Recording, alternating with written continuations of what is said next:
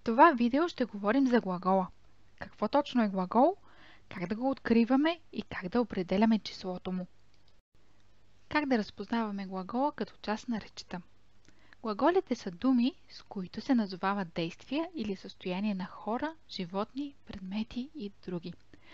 Откриваме тези думи с въпросите какво прави и какво правят. Ето няколко примера. Рисувам, скачат, плува и цъфти. Число на глагола. Както вече споменахме, глагола може да има число. Глагола може да бъде в единствено или в множествено число. Когато едно лице или предмет извършва действието, глаголът е в единствено число. Когато две или много лица или предмети извършват действието, глаголът е в множествено число. Нека да видим сега няколко примера за глаголи в единствено число.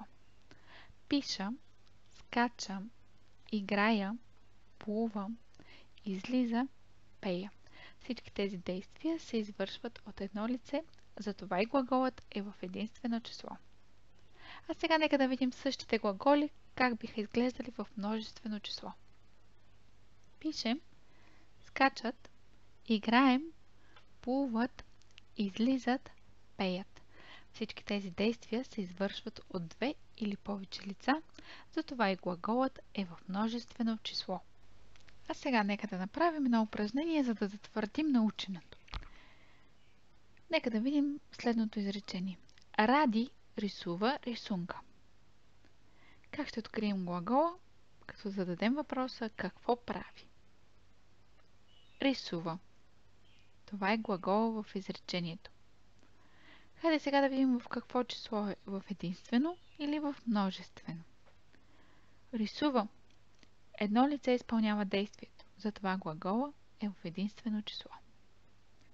Нека да видим и втория пример. Децата скачат на въже. Какво правят? Скачат. Скачат е глагола в изречението. А какво число е? Числото е множествено, защото две или повече деца скачат на въже.